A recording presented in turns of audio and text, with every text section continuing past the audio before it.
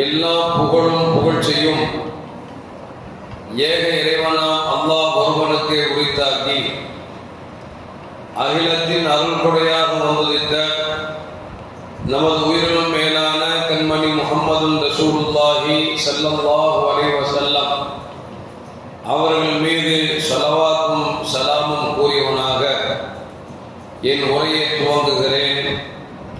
எல்லாம் வல்ல அல்லாஹு ஜல்ல ஜலாலுஹு எதை சொல்லவும் கேட்கவும் வாய்ப்பளித்தானோ அதன்படி நடந்து நல்ல மூமின்களாக வாழ்ந்து இந்த உலகத்தை விட்டு பிரிகிற பொழுது லா இலாஹ இல்லல்லாஹ் முஹம்மது ரசூலுல்லாஹ் என்ற கலிமாவை மொழிந்து ஜன்னத்துல் ஃபிர்தௌஸை கண்ணால் கண்டு அகமகிழ்ந்து சிரித்த வண்ணமாக மரணிக்கக்கூடிய நல்பாக்கியம் பெற்ற மக்களில் அல்லாஹ் நம்மை ஆக்கி அருள்வானாக. மரணித்தும் மரணிக்காத இறைநேசரின் கூட்டத்தில் அல்லாஹ் நம்மை ஆக்கி அருள்வானாக. நாளை மறுமையிலே மாணவி முஹம்மது ரசூலுல்லாஹி ஸல்லல்லாஹு அலைஹி வஸல்லம் அவர்களின் திருக்கரங்களால் ஹவ்லுல் கௌசர் என்கிற தடாகத்தில் நீர் வரும் பாக்கியத்தை அல்லாஹ் நம் அனைவர்களுக்கும் வழங்கி அருள்வானாக. சிராத்துல் முஸ்தகீம் பாலத்தின் மின்னல் வேகத்தில் கடக்கும் நசீபை தந்தருள்வானாக. பெருமானார் ஸல்லல்லாஹு அலைஹி வஸல்லம் அவர்கள் கரத்தில் லிவாவுன் என்ற கொடியை கொடுக்கப்பட்டு அன்னாரின் மக்காமுல் மஹ்மூத் என்கிற புகழுக்குரிய இடத்தில் அமர வைத்து அல்லாஹ் அழகு பார்ப்பானாக.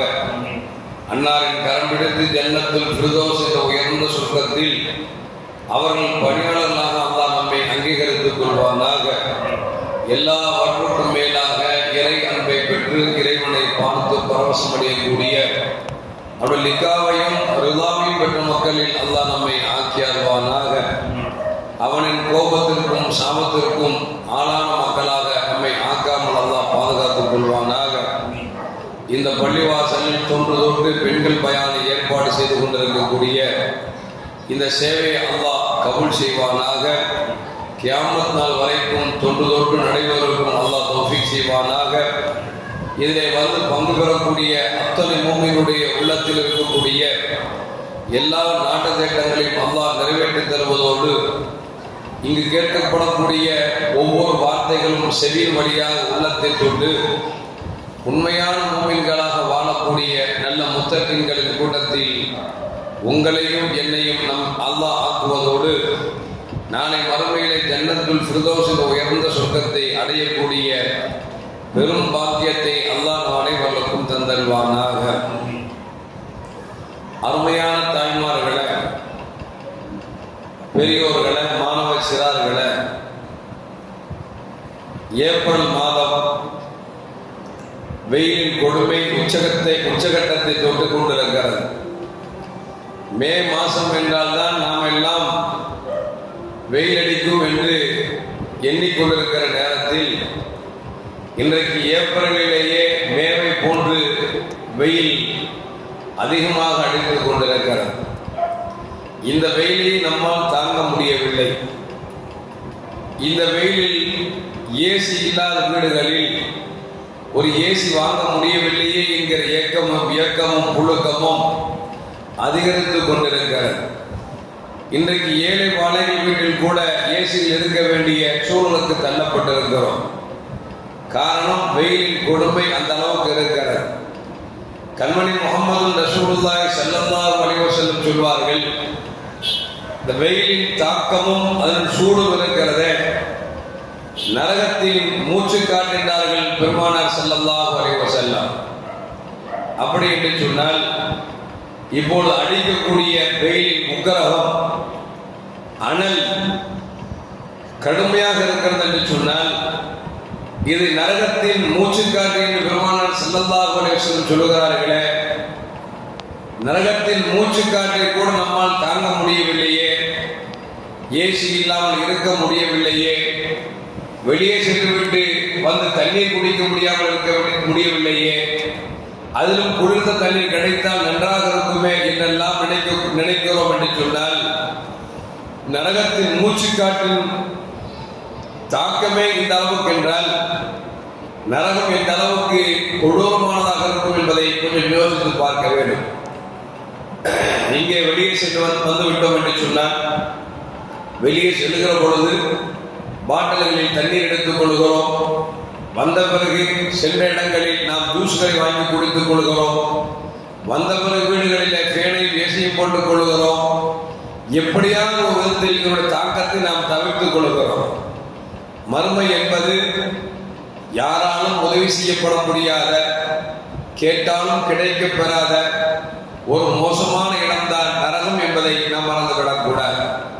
நாமெல்லாம் கேள்விப்பட்டிருப்போம், நரகத்தின் காவலாளி யாரு? மாலிக் அலைஹிஸ்ஸலாம். அந்த மாலிக் அலைஹிஸ்ஸலாம் அவர்கள் செவிட்டுத்தன்மையுள்ளவராக இருப்பார். அவர் படைக்கப்பட்டதிலிருந்து இதுவரைக்கும் அவர் சிரித்ததே இல்லை என்று ஹதீஸிலே காணப்படுகிறது.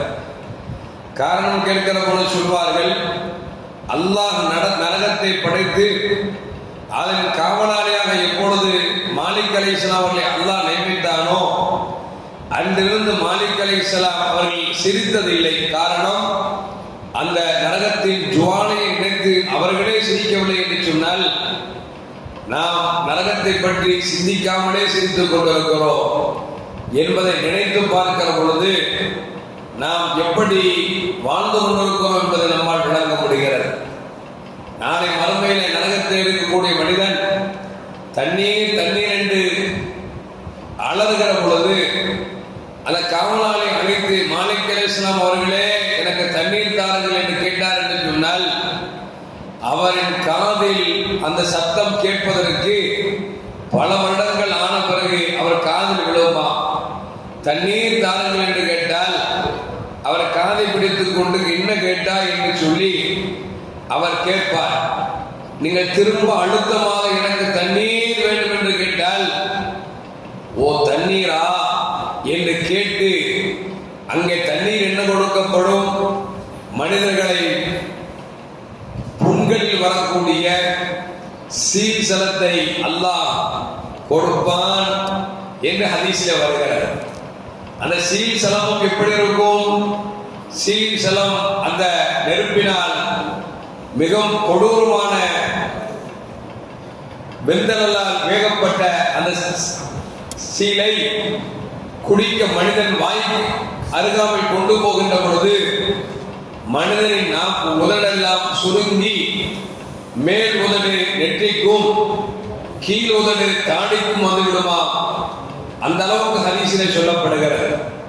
கொஞ்சம் கண்ணாடிக்கு முன்னால் நின்று அழகை ரசிக்கக்கூடிய நாம் நம்முடைய உதடுகளை, மேல் உதடை கொஞ்சம் மேலையும் கீழ் உதடை கொஞ்சம் கீழே எடுத்து பாருங்களேன், உங்கள் முகம் எந்த அளவுக்கு அழகாக இருக்கிறது என்பதை நம்மால் விளங்க முடியும். சாதாரணமாக பார்த்தாவே சில பேர் ரசிக்க முடியும், சில பேர் ரசிக்க முடியாது. அதுவும் மேல் உதடை கொஞ்சம் தூக்கியும் கீழ் உதடை கீழே இறங்கியும் பார்த்தோம் என்று சொன்னால் நம்முடைய முகங்கள் எல்லாம் பொருளாவை விட மோசமாகி போய்விடும். அந்த அளவுக்கு கொடூரமாக இருக்கக்கூடிய ஒரு சூழல். மறுமையில் நரகத்தில் அந்த சீலை குடிப்பதற்கு முன்னால் நம்முடைய உதடுகள் எல்லாம் வெப்பத்தின் காரணமாக, அந்த சூடின் காரணமாக அலங்கோலமாக்கப்படுகிறது என்று சொன்னால், அருமையான தாய்மார்களே, இந்த உலகம் என்பது நிரந்தரம் இல்லை, மறுமைதான் நிரந்தரம். இந்த நிரந்தரமற்ற இந்த உலகத்தில் மறுமை நிரந்தரத்தை நினைத்து அந்த உலகத்திற்கு நாம் என்ன செய்ய வேண்டுமோ, என்ன அமல்களை செய்ய வேண்டுமோ, நாம் எப்படி வாழ்ந்தால் சொர்க்கம் செல்ல முடியுமோ, அதை பெருமானார் ஸல்லல்லாஹு அலைஹி வஸல்லம் கற்றுத்தந்தார்களோ அதை நாம் செயல்படுத்தினோம் என்று சொன்னால் நிச்சயம் நாம் இந்த உலகத்திலும் மறு உலகத்திலும் நாம் தான் சிறந்தவர்கள் என்பதில் இந்த மாற்று கருத்தும் அல்ல. அருமையான தாய்மார்களே, மேலே ஓதி காட்டிய வசனத்திலே இன்னல் முஸ்லிமீன வல் முஸ்லிமாத்தி வல் முஃமினீன வல் முஃமினாத்தி என்கிற இந்த வசனம் இறங்குவதற்கு என்ன காரணம் என்று சொன்னால், அஸ்மா பின் உமைஸ் என்று சொல்லக்கூடிய ஒரு சஹாபியத்தான பெண் தன் கணவரோடு ஜாஃபர் இப்னு அபீ தாலிப் என்று சொல்லக்கூடிய அவர்களோடு அவர்கள் ஹப்ஸா நகருக்கு ஹிஜ்ரத் செய்தார்கள். ஹிஜ்ரத் என்றால் உங்களுக்கெல்லாம் தெரியும், தன்னுடைய குடும்பத்தை இழந்து, தன்னுடைய சொத்து பந்தங்களை இழந்து, தான் பிறந்த ஊரிலே வாழ முடியாமல் இன்னொரு நாட்டுக்கு தஞ்சம் போவதற்கு பெயர்தான் ஹிஜ்ரத் என்று சொல்வார்கள். நமக்கெல்லாம் அனுபவித்திருப்போம். நம்மெல்லாம் ஏழை வாழைகள், இருப்பதற்கு சொந்த வீடு இல்லாதவர்கள் நிறைய பேர் உண்டு. சொந்த வீடு இல்லாதவர்கள் கேட்டால் தெரியும். திடீரென்று வீட்டுக்காரன் வந்து வீடை காலி கொள்ளுங்கள் என்று சொன்னால் நாம எல்லாம் ஒரு நிமிடத்தில் ஆடி போய்விடும். காரணம், வீடை காலி பண்ண சொல்லிட்டார, அடுத்து எங்க வீடு கிடைக்க போகுது, இந்த சட்டி போட்டு எப்படி இறங்கி தூக்கி கொண்டு போறோம் அப்படிங்கிறத நினைச்சு நினைச்சு பல நாள் தூக்கமும் வராது, உணவும் உள்ளே செல்லாது. ஏனென்று சொன்னால் ஒரு வீடு மாறுவது என்பது நரகத்தில் ஏற்படக்கூடிய கொடுமையை விட மோசமான கொடுமை. ஏனென்று சொன்னால் ஒரு வீட்டிலே நாம் இருந்து கொண்டிருப்போம், ஒரு வருடம் 2 வருடம் இருப்போம். திடீரென்று வீட்டுக்காரர் வருவார், நீங்கள் வீடை காலி பண்ணிக் கொள்ளுங்கள், என் பிள்ளைக்கு கல்யாணம் வைத்திருக்கிறேன் என்று சொல்லுவார். அந்த பிள்ளை வயசுக்கே வந்திருக்க, கல்யாணம் வச்சிருக்கேன் பார். என்ன விளக்குது அப்படின்னா, நீ இருக்கிறதுக்கு லாய்க்கப்படாது, நீ கிளம்பும் அர்த்தம். இல்ல அப்படின்னா வீடை விற்க போறோம் பாரு, ஆனா 1 மாசம் முன்னாலும் பக்கத்தோட சேர்த்து வாங்கியிருப்பார். இப்படி வச்சுக்கிட்டு நம்மளை காலி பண்றதுக்கு என்ன வேலையோ எல்லா பொய்யையும் பித்தராடுன்னு சொல்லி நம்ம நினைச்சுவாங்க. காலி பண்ண வைப்பா, நம்ம சொல்லுவோம் வாடகை வேணாலும் 1000 ரூபாய் எக்ஸ்ட்ரா தந்துடுறேன் அப்படிம்போம். எனக்கு 1000 ரூபாயும் தேவையில்லை, வீடை காலி பண்ணா போதும் பாரு. அந்த வீடை காலி பண்றதுக்குள்ள அல்லாஹ் அக்பர் படுற பாடம் இருக்குதே, அது கணவனுக்கும் மனைவிக்கும் தான் தெரியும். அந்த அளவுக்கு ஒரு கொடூரமான ஒரு செய்தி தான், செயல் தான் இந்த வீடை காலி பண்றது அப்படிங்கிறது. ஒரு வீடை காலி செய்து இன்னொரு வீட்டுக்கு செல்வதற்கு இவ்வளவு கஷ்டம் அப்படின்னா, பிறந்த பூமியில வாழ முடியாமல், இருக்கக்கூடிய சொந்த பந்தங்களை சேர முடியாமல் நாம ஊரை விட்டு இன்னொரு வீட்டுக்கு காலி பண்ணி போறோம் அப்படின்னா அது எவ்வளவு பெரிய தியாகம் யோசிச்சு பார்க்கணும். அல்லாஹ் அக்பர். அந்த தியாகத்தை எந்த வார்த்தையாலும் சொல்லிவிட முடியாது. அப்படிப்பட்ட ஒரு தியாகம் தான் இந்த ஹிஜ்ரத்துங்கிறது. அப்படி ஜாஃபர் அபீ தாலிப் ரலியல்லாஹு தஆலா அவர்களோடு அவர்கள் மனைவி அஸ்மா பின்த் உமைஸ் ரலியல்லாஹு தஆலா அன்ஹா ஹிஜ்ரத் போயிட்டு அங்க காலங்கள் முடிந்து பெருமானார் ஸல்லல்லாஹு அலைஹி வஸல்லம் வர்றாங்க. வருகின்ற பொழுது பெருமானார் ஸல்லல்லாஹு அலைஹி வீட்டுல இல்லை. அஸ்மா பின்த் உமைஸ் ரலியல்லாஹு தஆலா அன்ஹா அவங்க ரசூலுல்லாஹி ஸல்லல்லாஹு அலைஹி மனைவிமாட்ட கேட்டாங்க, அல்லாஹ் குர்ஆன்ல எங்க பார்த்தாலும் ஆண்களை பத்தி சொல்றானே, பெண்களை பத்தி எங்கேயாவது சொல்லியிருக்கானா? ஹிஜ்ரத் போற ஆண்களை பற்றி பேசுகிறான், தொழுவுங்கள் என்று சொல்லுகிறான், நோன்பு பிடியுங்கள் என்று சொல்லுகிறான். ஆண்களை குறித்து பல இடங்களில் சொல்லக்கூடிய அல்லாஹ் பெண்களும் தானே தியாகம் செய்கிறோம், நம்ம பத்தி எங்கேயாவது அல்லாஹ் சொல்லியிருக்கானா அப்படின்னு கேட்கிற பொழுது ரசூலுல்லாஹி ஸல்லல்லாஹு அலைஹி மனைவிமார்கள் சொன்னார்கள், பெண்களை பற்றி குர்ஆனில் சொல்லப்படவில்லையே என்று சொன்ன பொழுது பெருமானார் ஸல்லல்லாஹு அலைஹி வஸல்லம் கொஞ்சம் நேரத்தில் வீட்டுக்கு வர்றாங்க. வந்த உடனே மனைவிமார்கள் சொல்றாங்க, அஸ்மா பின்த் உமைஸ் ரலியல்லாஹு அன்ஹா வந்தாங்க, ஹபஷா நாட்டிலிருந்து வந்திருக்கிறாங்க. வந்து கேட்டாங்க, அல்லாஹ் குர்ஆன்ல எங்க பார்த்தாலும் ஆண்களை குறித்து பேசுகிறானே, பெண்களை குறித்து எங்காவது பேசுகிறானா என்று கேட்டார்கள்.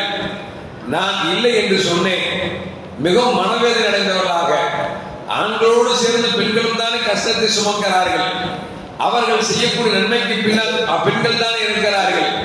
அப்படி இருக்கிற பொழுது ஏன் பெண்களை குறித்து அல்லாஹ் குர்ஆனிலே பேச மறுக்கிறார் என்று வருத்தப்பட்டார் என்று சொன்ன பொழுது அப்பொழுதுதான் ஜிப்ரீல் அலைஹிஸ்ஸலாம் ஆயத்தை கொண்டு வந்தார்கள்.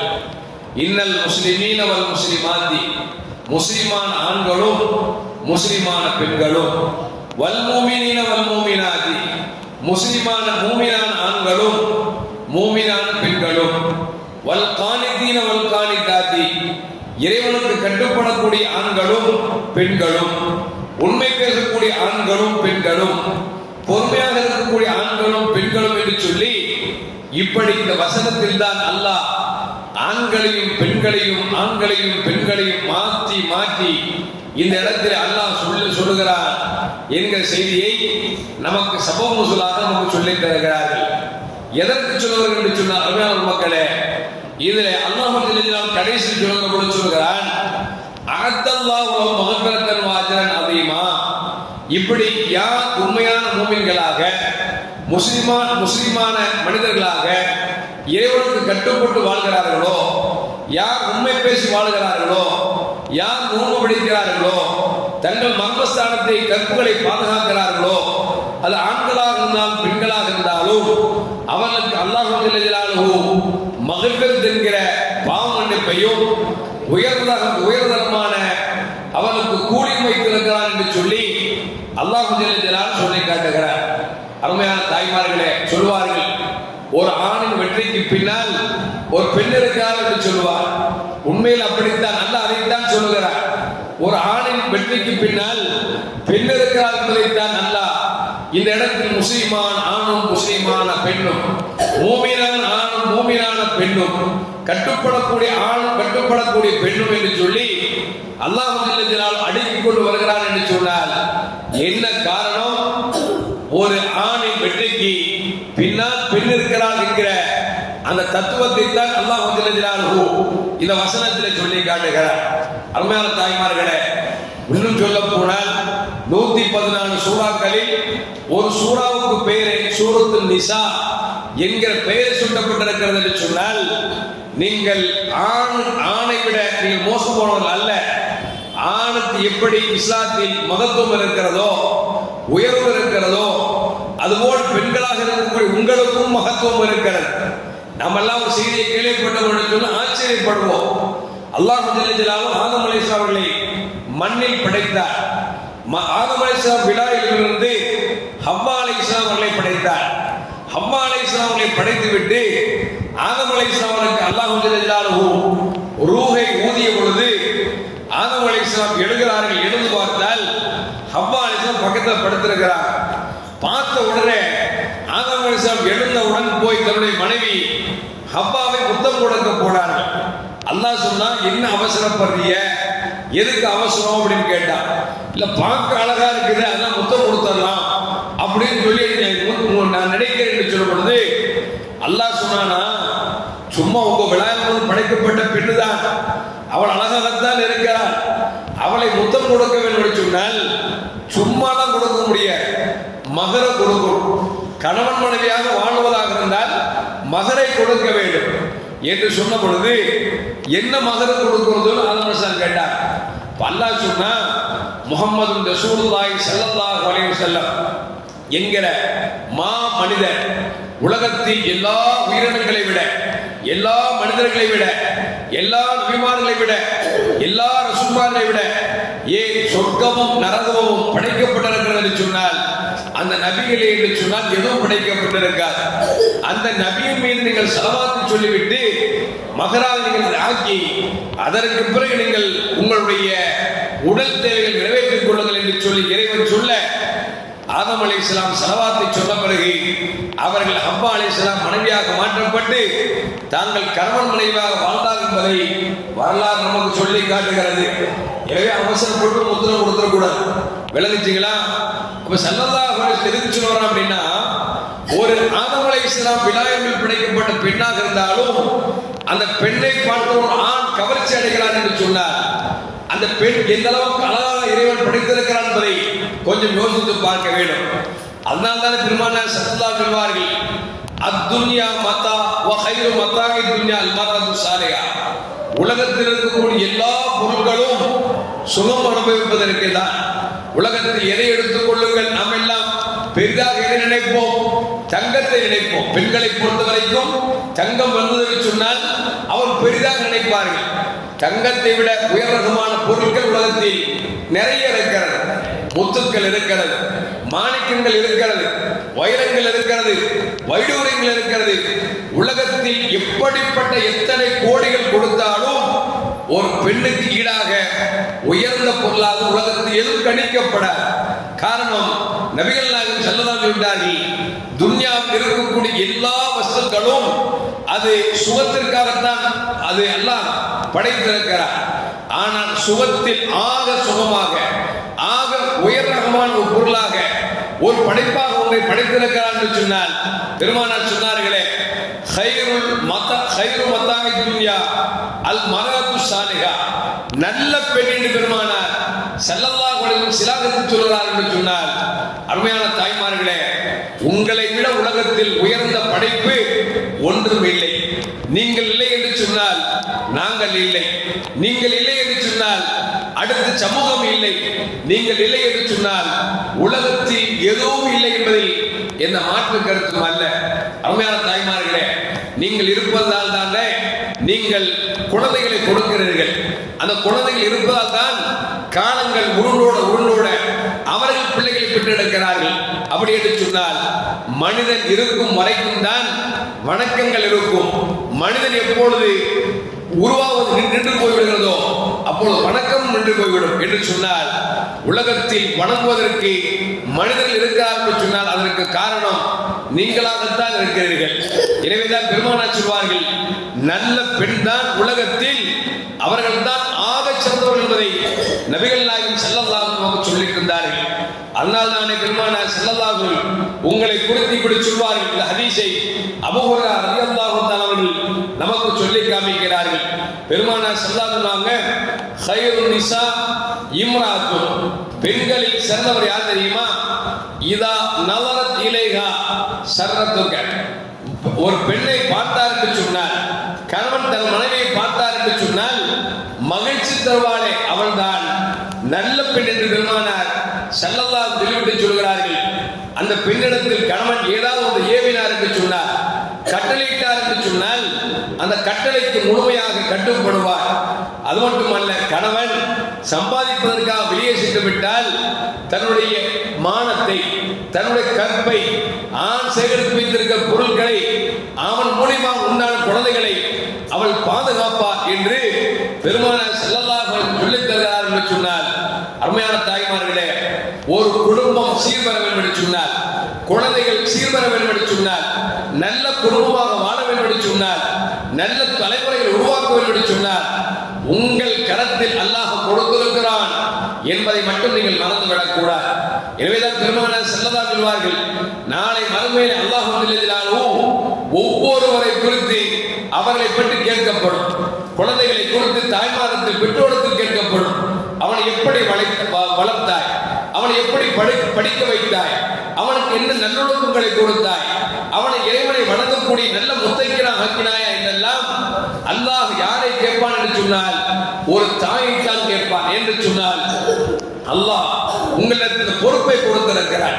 எனவேதான் நபிகள் நாயகம் சொல்லுவாங்க, நல்ல பெண் அப்படின்னா கணவன் பார்த்தால் சிரிக்கிற மாதிரி இருக்கும். இன்னைக்கு அப்படியா இருக்கு காலங்கள்ல, வெளியே போய் சண்டை போட்டு வருவோம், வெளியே 1008 பிரச்சனை செஞ்சுட்டு வருவோம், வீட்டுக்குள்ள வரும் பொழுதே இந்த அம்மா நினைக்கும் வரட்டும், படுபாவி மனுஷன் செலவுக்கு காசு வைக்காம போயிட்டானா வரட்டும் அப்படின்னு இருப்பாங்க. அவர் நினைச்சுவார், வருவார், வந்த உடனே நம்ம வீட்டுல உட்காரவும் மாட்டார், கொஞ்சமாவது புத்தி இருக்கா அப்படிப்பார். உன்னை கேட்ட ஏண்டிய கொஞ்சமா புத்தி இருக்கும் அப்படின்னு அவர் கேட்பார். கடைசி என்ன ஆகும், வீட்டுக்குள்ள நகல ஒரே அடிதடி சண்டை, போலீஸ் ஸ்டேஷனு, இப்படி போய் நிற்க வேண்டிய சூழலுக்கு தள்ளப்படுகிறோம். நபிகள் நாயகம் ஸல்லல்லாஹு அலைஹி வஸல்லம் அழகாக சொன்னார்களே, கணவன் வெளியே சென்று வருகிறார் என்று சொன்னார், உங்களுக்கு 1008 குறைகள் வைத்திருக்கலாம், அந்த குறைகளை நீங்கள் பெரிதுபடுத்தார்கள். உள்ளே வருகிற பொழுது அவர் உங்கள் முகத்தை பார்த்தார் என்று சொன்னார், ஒரு புன்முறுவல் கூறுங்கள் என்று சொன்னார்கள். உன்னை பார்த்தவுடன் வெளியே இருக்கக்கூடிய கவலைகள் அப்படியே வாசலில் கொட்டி தீர்க்க வேண்டும், அப்புறம் சிரிப்போடு நீங்கள் அவரை வரவேற்க என்று சொன்னார்கள். இன்னைக்கு எங்க வீட்டில் இருக்குது சிரிப்பே ரொம்ப கம்மியா போச்சு. ஒரு ஆள் சொன்னார், ஹஜ்ரத் கல்யாணம் முடிச்சதிலிருந்து ஒரு தடவை சண்டை வந்துச்சு, அதுக்கப்புறம் சண்டையே வரல அப்படின்னா. நிஜமாவாயா அப்படின்னா. ஆமா ஹஜ்ரத், என்ன அந்த ஒரு தடவை சண்டை வந்து பாருங்க, அதுக்கப்புறம் நாங்க 2 பேரும் ஆளவே இல்லை அப்படின்னா. அந்த அளவுக்கு நீ மோசமா போச்சு. இன்னொரு ஆள் சொன்னாரு, கல்யாணம் ஆச்சு, ஒரு தடவை சண்டை வச்சு அப்புறம் சண்டை வரல. என்ன அப்படின்னா, ஒரு நாள் டூருக்கு கூட்டு போனேன், குதிரை அடம் முடிச்சிச்சு. அடம் முடிச்ச உடனே துப்பாக்கி எடுத்து குதிரைய ஒரே சுட்டாரு. சுட்ட உடனே குதிரை செத்து போச்சு. அன்னையில இருந்து பொம்பளை இருந்துச்சு அப்படின்னா, நம்ம இதுக்கு மேல பேசணும்னா குதிரை சுட்டமா நம்மள சுட்டுறோம் போல தெரியுது அப்படின்னு நினைச்சுனா இது வரைக்கும் சண்டை போடல அப்படின்னு சொன்னா. அந்த மாதிரி வாழ்க்கையை புரிந்து வாழாமல் எத்தனை குடும்பங்கள் இன்றைக்கு நடுத்தவர்கள் நின்று கொண்டிருக்கிறது என்பதை நினைக்கிற பொழுது மன கவலையாக இருக்கிறது. அருமையான தாய்மார்களே, நாம் எல்லாம் இமாமாக இருப்பதால் நமக்கு செய்திகள் வருகிறது. சமூகத்தில் என்ன நடக்கிறது, ஒவ்வொரு குடும்பங்களில் எவ்வளவு பிரச்சனை இருக்கிறது என்பதை பார்க்கிற பொழுது ஒன்றுமில்லாத பிரச்சனைகள் எல்லாம் இன்று கணவன் மனைவி பிரிக்கக்கூடிய சூழலுக்கு தள்ளப்பட்டிருக்கிறோம். ஒன்றுமில்லாத பிரச்சனைகள் குழந்தைகளை அனாதைகளாக நடுத்தல் இருக்க வைத்துக் கொண்டிருக்கிறது. என்ன காரணம்? பெருமானார் ஸல்லல்லாஹு நல்ல மனைவி என்று சொன்னால் கணவன் வீட்டுக்கு வருகிற பொழுது சிரித்தால் மகிழ்ச்சி தர வேண்டக்கூடிய பெண்ணாக இருக்க வேண்டும். ஆனா நம்ம போட்டு உங்கள்கிட்ட சொன்னா, ஆமா உங்களுக்கு வேலை இல்லை, உங்களுக்கு மார்க்கத்துக்கு வேலை இல்லைங்கிற அளவுக்கு இன்னைக்கு ரொம்ப கேவலமாக பேசக்கூடிய சூழலுக்கு தள்ளப்பட்டிருக்கிறோமே தவிர, மார்க்கம் என்ன சொல்லுகிறதோ அதை கேட்பதற்கு மனம் வருகிறதா என்று சொன்னால் மனம் இல்லாமல் வாழ்ந்து கொண்டிருக்கிறோம் என்பதை நாம் மறந்துவிடக் கூடாது. காலங்கள் போக போக முன்னால் ஒரு காலத்தில் குழந்தைகள் வளர்க்கறதுக்கு நாம பார்த்துருக்கோம். எந்த அளவுக்குன்னா, மகரிபு பிறகு பெண்கள் அவர் வீட்டில் அந்த அம்மா வாசல வந்து உட்கார்ந்துக்கும், பக்கத்து வீட்டுக்கு அம்மா அவங்க திண்ணையில வந்து உட்கார்ந்துக்குவாங்க. 2 பேரும் கேட்பாங்க, மேம்பாத்துலாத்தா நாளைக்கு பையனுக்கு ஸ்கூல் போவானே என்ன சோறாக்க போறீங்க அப்படின்னு நினைச்சுவாங்க. இந்த கஞ்சாமா மேம்பாத்து பார்த்தா மேம்பாத்து அம்மாட்ட கேட்கும். அந்த மேம்பாத்து அம்மா சொல்லும், நானு என் பிள்ளைக்கு நாளைக்கு இடியாப்பமும் சிக்கனும் செய்யலான்னு இருக்கிறேன் அப்படின்னு. இந்த அம்மா சொல்லும், நீ சிக்கனா செய்ய போற, நான் முட்டையும் நான் வந்து வத்தாப்பும் செய்ய போறேன் அப்படின்னு. இப்படி பண்டங்களை நாளை செய்வதற்கு இன்றைக்கு அவர்கள் முடிவு செய்து நைட் தயார் செஞ்சிருவாங்க. காலையில் எழுதி செய்வாங்க. ஸ்கூல் எப்போ அப்படின்னா, அப்பெல்லாம் 9 மணிக்கு ஸ்கூல், இப்போ 7:30 மணிக்கு. இப்ப தாய்மார் யார் பேசிக்கிறா? புருஷனும் பொண்டாட்டியே பேசிக்க மாட்டாங்க போது பக்கத்துல பேச வச்சு வாழுங்க. நீ பேசக்கூடிய சூழ்நிலை இன்னைக்கு இல்லை. நல்லா 12 மணி வரைக்கும் கையில செட்டா மாதிரி ஒரு ஒன்று இருக்குது, செல்போன். அப்படி தடவை தடவிட்டே இருக்கிறோம். திடீர் பொத்து போன் கீழே விழுது. என்னடா பார்த்தா அப்பதான் தூங்குறோம்னு அவளுக்கு தெரியும். அந்த அளவுக்கு மோசமான ஒரு செல்போனை கையில போய் தடவுறோம். 12 மணி வரைக்கும் தடவி காலைல பையனை ஸ்கூல் கொண்டு போகணுமே. எனக்கு ஸ்கூலுக்கு போகலன்னா நாளைக்கு வாத்தியார்கள் நிப்பாட்டிக்கணும்னு சொல்லிட்டு அறக்க பிறக்க 7 மணிக்கு எதிர்த்து பையனை எழுப்புறது எப்படி? எருவ மாடு வெந்திரா, கழுத வெந்திரா அப்படின்னு கழுதையை மேய்க்கிற பொம்பளெல்லாம் பிள்ளையை மேய்ச்சிட்டு இருக்கிற அளவுக்கு இன்னைக்கு மோசமா போச்சு. புள்ளாவை 7 மணிக்கு தடப்புடலாம் எந்திரிச்ச உடனே, டேய் 10 ரூபா கொண்டு போய் அந்த வீட்டுல மாவு வாங்கிட்டு வா அப்படின்னு மாவு வாங்குறது கூட 10 வருஷம். இப்ப மாவெல்லாம் கிடையாது. 10 ரூபா கொடுத்த 4 இட்லி கிடைக்குதா, அது சுத்தமா போடுறானா இல்லையான ஒன்றும் தெரியாது. இட்லியை வாங்கிட்டு வந்து 4 பிச்சு போட்டு உள்ள தள்ளி அவனை அனுப்பி உட்கார்ந்த பிறகு அப்பாட இந்த சனியை போனாதான் நமக்கு நிம்மதி அப்படிங்கிற மாதிரி தாய்மார்கள் பேசக்கூடிய ஒரு பழக்கமாகி போச்சே. அல்லாஹ் காப்பாத்து. எதுக்கு சொல்லுவார் அப்படின்னா, ரசூலுல்லாஹ் சொல்றாங்க, ஒரு நல்ல பெண்மணி அப்படின்னா குழந்தைகளை வளர்ப்பிலே அக்கறை செலுத்த வேண்டும்.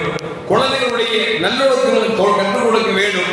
குழந்தைகளுக்கு தேவையானதை நீங்கள் கணவன்மார் கொண்டு வரக்கூடிய பொருட்களை சேகரிக்க வேண்டும். அதுதான் நல்ல பெண்மணி என்று பெருமானார் ஸல்லல்லாஹு சொல்றாங்க. ஆனா உண்மையில பயானுக்கு வந்திருக்க பெண்கள் நல்ல பெண்கள் தான். ஏன்னா நீங்க நல்ல பெண்களா இல்லை அப்படின்னா பயான் வந்து உட்கார முடியுமா? நான் செய்தி கேட்க முடியுமா? அப்படியாவது கேட்டு சொர்க்கத்துக்கு போயிட மாட்டோமா அப்படின்னு நம்பிக்கை வந்திருக்கோம். அப்படின்னா வந்திருக்கக்கூடிய மக்கள் நல்ல மக்கள் தான். எதுக்கு சொல்ற தாய்மார்களே, அல்லாஹ் ஜல்ல ஜலாலுஹு உலகத்தில் படைப்புகளில் உயர்ந்த படைப்பாக, உன்னதமான படைப்பாக பெண்களை படைத்திருக்கிறானே. அதனால்தான் அல்லாஹ் ஜல்ல ஜலாலுஹு யாருக்கும் கொடுக்க பெறாத வரப்பிரசாதமாக குழந்தை பெறும் பாக்கியத்தை அல்லாஹ் கொடுத்திருக்கான். ஆம்பளை நினைச்சா பெக்க முடியுமா? உல்டா லேகை வாங்கி சாப்பிட்டாலும் பெக்க முடியாது. ஏன்? அல்லாஹ் வந்து பெண்களுக்கு தான் கொடுத்திருக்கிறான். கிரகம் என்று சொல்லக்கூடிய அல்லாஹ் பெயரை சூட்டி இந்த கற்பு என்பதை அல்லாஹ் நமக்கு கொடுத்து கருவறையும் வைத்து அந்த குழந்தைகளை பெற்றெடுக்கக்கூடிய பாக்கியத்தை பெண்களுக்கு ஏன் கொடுத்திருக்கோம் அப்படின்னா, பெண்கள் ஒரு உன்னதமான ஒரு படைப்பு என்பதை நாம் மறந்து விடக்கூடாது. அருமையான தாய்மார்களே, அன்னை ஆயிஷா ரலியல்லாஹு தஆலா அன்ஹா எந்த அளவுக்கு வணக்கத்தில் ஆர்வமா இருந்தாங்கன்னா, ஒரு கட்டத்தில் ரசூலுல்லாஹ் வந்தாங்க. யார் ரசூலுல்லாஹ், ஆண்கள் எல்லாம் போருக்கு செல்கிறார்கள், உயர்ந்த பதவி பெறுகிறார்கள், அல்லாஹ்விடத்தில் நிறைய நன்மை பெறுகிறார்கள், எங்களுக்கும் போருக்கு அனுமதி தாருங்க அப்படின்னு சொல்லி ரசூலுல்லாஹ் யார் கேட்கிறா? ரசூலுல்லாஹி ஸல்லல்லாஹு அலைஹி வஸல்லம் மனைவி ஆயிஷா அம்மா கேட்கிறாங்க. ரசூலுல்லாஹ் சொன்னாங்க, உங்களுக்கு போரெல்லாம் வேண்டாம், உங்களுக்கு போரே உங்களுக்கு ஹஜ்ஜு உம்ரா என்று சொன்னார்கள். அந்த ஹஜ்ஜு உம்ரா போகிற வாய்ப்பு இல்லைன்னா கணவனை கண்கலங்காமல் பாதுகாத்துக் கொள்வது, பெற்றெடுத்த பிள்ளைகளை அவர்களுக்கு நல்லொழுக்கம் கொடுப்பது, அவர்களுக்கு பணிவிடை செய்வது, அவர்கள் வளர்ப்பதிலே நாம் கண்ணும் கருத்துமாக இருப்பது, இதுவே போர்க்களத்தின் நன்மை உங்களுக்கு பெற்றுத்தரும் என்பதை நபிகள் நாயகம் ஸல்லல்லாஹு சொல்லித் தராங்கன்னா, அருமையான தாய்மார்களே, எவ்வளவு அல்லாஹ் உங்களுக்கு இலகுவாக்கி இருக்கிறான் என்பதை கொஞ்சம் யோசித்து பார்க்க வேண்டும். ஆனா இன்னைக்கு பிள்ளைங்களை வளர்க்கறதுல தாய்மார் ரொம்ப சலிச்சு கொள்றாங்க. ஒரு காலத்துல கணவன் மனைவிட்ட போய் கேட்பாங்க, உங்களுக்கு எத்தனை குழந்தை அப்படிம்பாங்க. அவங்க சொல்லுவாங்க, எங்களுக்கா 1.5 டஜன் குழந்தை அப்படிம்பாங்க. உங்களுக்கு எவ்வளவு குழந்தை? எனக்கு 1 டஜன் குழந்தைம்பாங்க. இன்னொரு ஆள் போய் கேட்டா 3/4 டஜன்பாங்க. இன்னொரு ஆள் போய் கேட்டா 1/2 டஜன்பாங்க. இந்த நம்பர்லாம் சொல்ல மாட்டாங்க, 1 2 சொல்ல மாட்டாங்க. டஜன் கணக்கு, 1.5 டஜன், 1 டஜன், 1/2 டஜன், 3/4 டஜன் அப்படின்னு சொல்லுவாங்க. 1/2 டஜன்னா 6 குழந்தை, 1 டஜன்னா 12 குழந்தை. இப்படி பெற்றாங்க. நம்மள மாதிரி தாய்மார்கள் தான் அப்படி பெற்றாங்க. ஆனா இன்னைக்கு எப்படி ஆகி போச்சு? காலங்கள் போக போக சுருக்கப்பட்டு கொண்டே வருகிறது. நாம் இருவர் நமக்கு இருவர் ஒரு காலம் வந்துச்சு. அப்புறம் நாம் இருவர் நமக்கு ஒருவர் காலம் வந்துச்சு. இப்போ நாமே குழந்தை நமக்கு எதுக்கு குழந்தை அப்படிங்கிற அளவுக்கு இன்னைக்கு ரொம்ப சுருக்கப்பட்டு கொண்டே இருக்கு. அல்லாஹ் தான் காப்பாத்து. எதுக்கு சொல்ல வர்ற அப்படின்னா, பெருமானார் சொல்லுவாங்க, அதிகம் பிள்ளை பெற்றக்கூடிய பெண்ணை தேடி பார்த்து திருமணம் முடியுங்கள் அப்படின்னா. ஏன்னா அதிகம் நீங்கள் பிள்ளை பெருக்கிற பொறுத்து நாளை மறுமையிலே என் உம்மத்து பெரிதாக்கப்படும், அதை பார்த்து சந்தோஷப்படுவேன் என்றார்கள் நபிகள் நாயகம் ஸல்லல்லாஹு அலைஹி வஸல்லம். அருமையான தாய்மார்களே, அதுக்காக பிள்ளை பெருங்கன்னு சொல்ல வரல. பெற்றிருக்கிற அல்லாஹ் கொடுத்திருக்கிற பிள்ளைகளை நாம் ஒழுக்கத்தோடு வளர்க்கிறோமா, நல்ல பண்பாளராக ஆக்குறோமா அப்படிங்கிற நம்ம ரொம்ப கவனமா இருக்கும். ஏன்னா இன்னைக்கு ஒண்ணும் இல்லை, காலம் எவ்வளவு மோசமா இருக்கு தெரியுமா இல்லையா? இன்னைக்கு ஸ்கூல்ல ரிசர்ச் பண்ணிருக்கிறாங்க, ஸ்கூல்ல படிக்கிற பிள்ளைகள்ல 70% பிள்ளைங்க மதுவுக்கும் போதை பொருளுக்கும் ஆளாகிறாங்க. பாக்குறவா இல்லையா? டீச்சரை கத்தி எடுத்து கொடுத்துறோம், டீச்சரை கூட்டிட்டு ஓடுறோம். அந்த அளவுக்கு பிள்ளைகள் இன்றைக்கு தரங்கட்டு போய் கொண்டு இருக்கிறார்கள். என்ன காரணம்? தாய்மார்கள் வளர்ப்பு சரியில்லை என்பதை யாரும் மறுத்துவிட முடியாது. நாம சொல்லுவோம், ஹஜ்ரத் வீட்டு நல்லா தான் வளர்க்கிறேன், ஆனா வெளியே போனா கெட்டு போயிடறாங்கிறோம். வெளியே போனா கூட நம்ம பார்வையில் இருக்கும், அவனுடைய செயல்பாடு எப்படி இருக்கிறது, அவன் வார்த்தைகள் பேச்சுகள் எப்படி இருக்கிறது, அவன் ஆடை எப்படி இருக்கிறது, அவன் நடை எப்படி இருக்கிறது என்பதை ஒரு தாயால் மட்டும்தான் விளங்க முடியும். ஏனென்று சொன்னால், குழந்தை பேசுறதுக்கு முன்னால அவன் என்ன பேசுறான்னு அவனுக்கும் தெரியாது, தாய்க்கும் தெரியாது. ஆனா அவன் என்ன சொன்னாலும் தாய் விளங்குவான். என் பிள்ளைக்கு வைக்க வலிக்குது, என் பிள்ளைக்கு காதுக்குள்ள வலிக்குது, என் பிள்ளைக்கு பசிக்குதுங்கிற அந்த ரகசியமான அந்த ஜாடையை விளங்கக்கூடிய சக்தி அல்லாஹ் பெண்களுக்கு தான் கொடுத்திருக்கிறான், தாய்மார்களுக்கு கொடுத்திருக்கிறான். ஏன்னா அந்த தாய் மட்டும்தான் விளங்க முடியும். எனவே அவன் நடை எப்படி இருக்கிறது, உடை எப்படி இருக்கிறது, அவனுடைய செயல்பாடு எப்படி இருக்கிறது, எங்கே வருகிறான், எங்கே போகிறான் என்பதை கவனிக்க வேண்டிய பொறுப்பு தாய்மார்களுக்கு இருக்கிறது. அருமையான தாய்மார்களே, எதுக்கு குறை சொல்ல வரல. உங்களுக்கு அல்லாஹ் உங்களை உன்னதமான படைப்பாக படைத்திருக்கிறார். உங்களை கொண்டுதான் உலகம் ஜீவித்துக் கொண்டிருக்கிறது. உங்களை கொண்டுதான் குழந்தைகள் அவர்கள் அடுத்தடுத்து மானுஷங்களை உருவாக்கி கொண்டிருக்கிறீர்கள். அந்த குழந்தைகளுக்கு நீங்கள் கொடுக்கக்கூடிய நல்லொழுக்கம் தான் அவர்களை நல்ல பிள்ளைகளாக வளர்ச்சி என்பதை கண்ணும் கருத்துமாக இருக்க வேண்டுவதற்காக உங்களுக்கு நான் சொல்லித் தருகிறேன். அருமையான தாய்மார்களே, அதனால்தான் கண்மணி முஹம்மது ரசூலுல்லாஹி ஸல்லல்லாஹு அலைஹி வஸல்லம் ஒரு மனுஷன் வந்தார். ஜா ரஜுலுன் நபி ஸல்லல்லாஹு அலைஹி வஸல்லம், ரசூலுல்லாஹி ஸல்லல்லாஹு அலைஹி வஸல்லம் ஒரு தோழர் வந்தார். ஃபகால யா ரசூலல்லாஹ், மன் அஹக்குன் நாசி பிஹுஸ்னி ஸஹாபத்தி, தோழமை வைப்பதற்கு ஏற்றமான மனிதர் யாருன்னு கேட்கிறார். நான் என்னோட ரோல் மாடலாக ஆக்கிக் கொள்வதற்கு யாரை ஆக்கிக் கொள்ள வேண்டும் என்று கேட்ட பொழுது கண்மணி முஹம்மது ரசூலுல்லாஹி ஸல்லல்லாஹு அலைஹி வஸல்லம் சொன்னாங்க, உம்முக்க, உன்னை ஈண்டெடுத்த தாய் அப்படின்னாங்க. வா, எல்லாம் யோசிச்சு பார்க்கணும். ரோல் மாடல்னா யார மாதிரி வாழணும் சொல்லி வாழவும் இல்லை, அது யாரை தேர்ந்தெடுத்துக்கணும் உலகத்தில் அப்படின்னு கேட்கும் பொழுது ரசூலுல்லாஹ் சட்டுன்னு சொன்னாங்க, உன் தாய் அப்படின்னாங்க. அந்த சாமி மீண்டும் கேட்டாரு, அதற்கு அடுத்து அப்படின்னாங்க. ரசூலுல்லாஹ் சொன்னாங்க, உன் தாய் அப்படின்னாங்க. மூணாவது கேட்கிறாரு, ரசூலுல்லாஹ் நான் என் வாழ்க்கைக்கு ரோல் மாடலாக முன்மாதிரியாக யாரை எடுத்துக்கொள்ள வேண்டும் என்று கேட்ட பொழுது மூன்றாவது பெருமான சொன்னாங்க, உம்முக்கே உன் தாய் அப்படின்னாங்க. அந்த சாமி அடுத்து கேட்டார், யார சொல்லலாம், உம்மாவை தவிர அடுத்து யாரையாவது சொல்லுங்களேன் அப்படின்னு கேட்டார். இப்ப சொல்றாங்க, அபூக்கே உன் தந்தை அப்படின்னாங்க, உன் தந்தை அப்படின்னாங்க.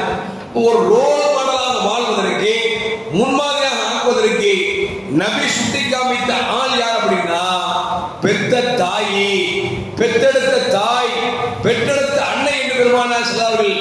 3 தடவை சொல்லிவிட்டு அதற்கு பிறகுதான் குழந்தையை கொடுத்த தந்தை என்று சொல்கிறார் என்று சொன்னார். அருமையான தாய்மார்களே, இந்த ஹதீஸ் ஒன்று போதும். தந்தையை விட குழந்தைகள் மீது கவனம் செலுத்த வேண்டியது தாய்க்குத்தான் கடமை.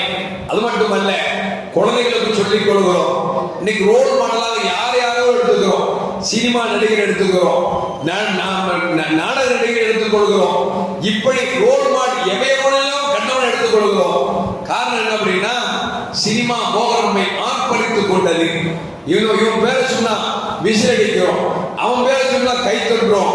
அவன் ட்ரெஸ் எப்படி போனா நம்ம ட்ரெஸ் போடுறோம், அவன் கிழிச்சிட்டு போனா நம்மளும் கிழிச்சிட்டு போடுறோம், அவன் ரோட்ல சிரிச்சிட்டு போனா நம்மளும் சிரிச்சிட்டு போறோம்.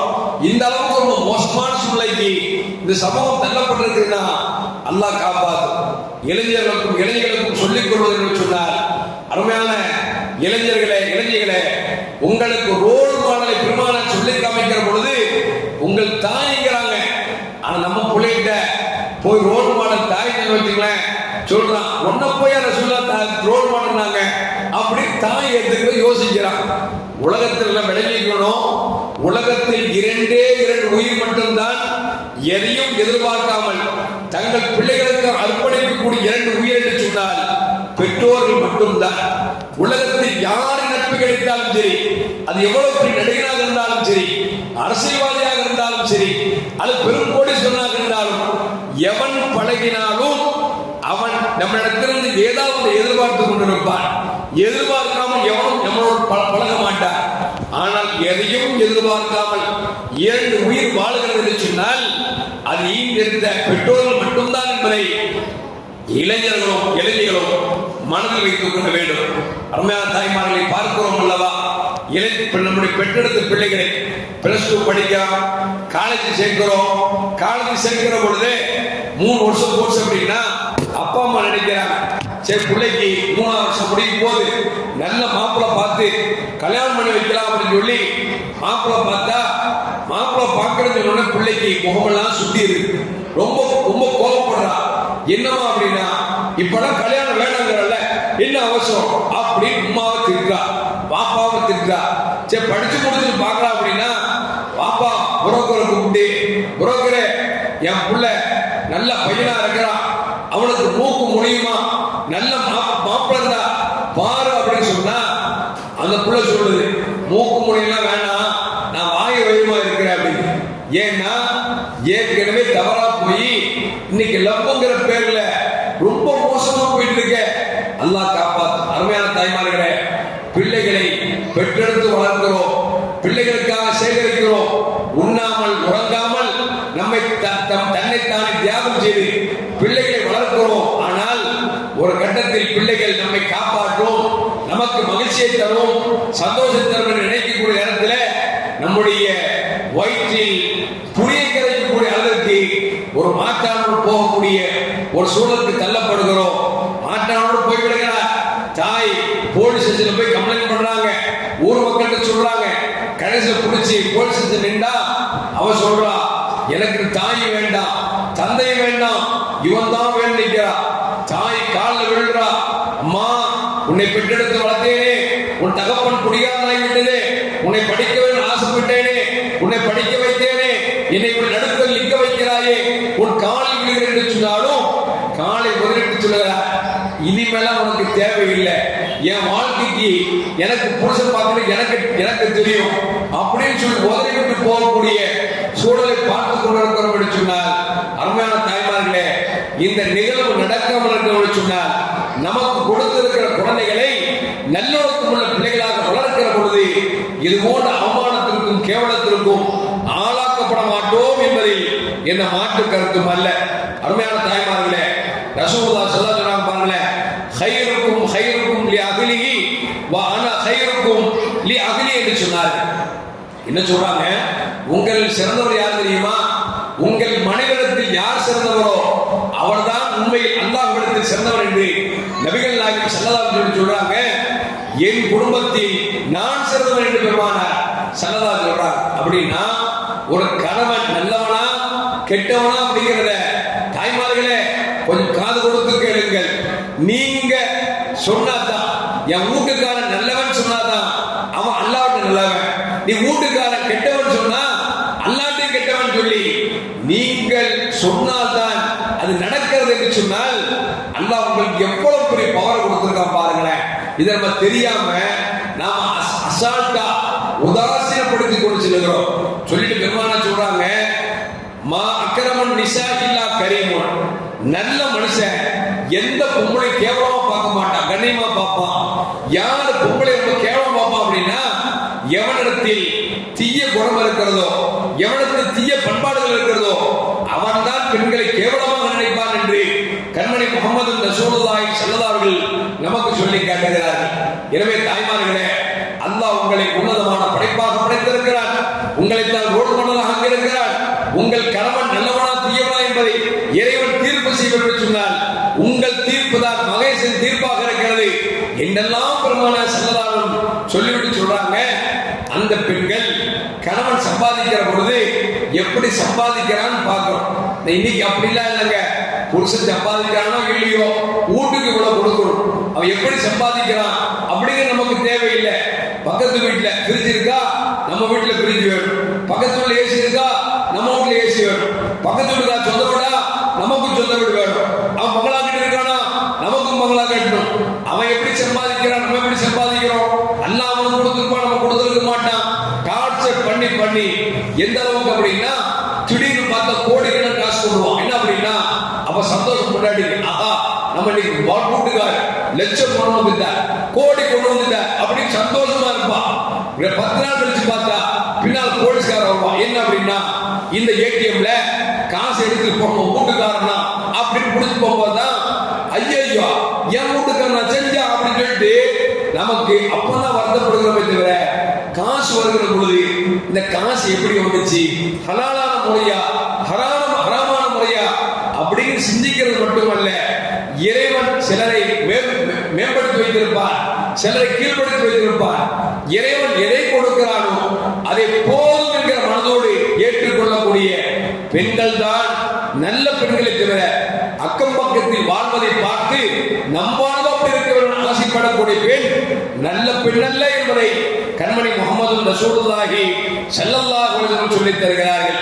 ரமயான மக்களே, முன்னாள் சமூகத்தில் வாழ்ந்த மக்கள் எல்லாம் எந்த அளவுக்கு இருந்தார் என்று சொன்னால், அவர்கள் கணவன்மார்கள் சம்பாதித்தார்கள் என்று சொன்னால் ஈயாக்க வா கஸ்பல் ஹராம், ஹராமான சம்பாத்தியத்தை நீங்க சம்பாதிச்சீங்கன்னா வீட்டுக்குள்ள ஏற்ற மாட்டேன் எச்சரிப்பாங்க.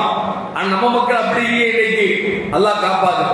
எங்கேயோ போயா எக்கட கட்டு போ, எனக்கு டெய்லி 1000 ரூபாய் வரணும், டெய்லி 2000 ரூபாய் வரணும் அப்படி சட்டம் போற அளவுக்கு இருக்க தவிர நீ 10,000 போனாலும் எப்படி சம்பாதிச்ச, எப்படி 10,000 கிடைச்சிச்சு அப்படின்னு கேட்கிற தாய்மார்கள் இருக்கிறார்களா என்று சொன்னால் கேள்வி குறித்தார்.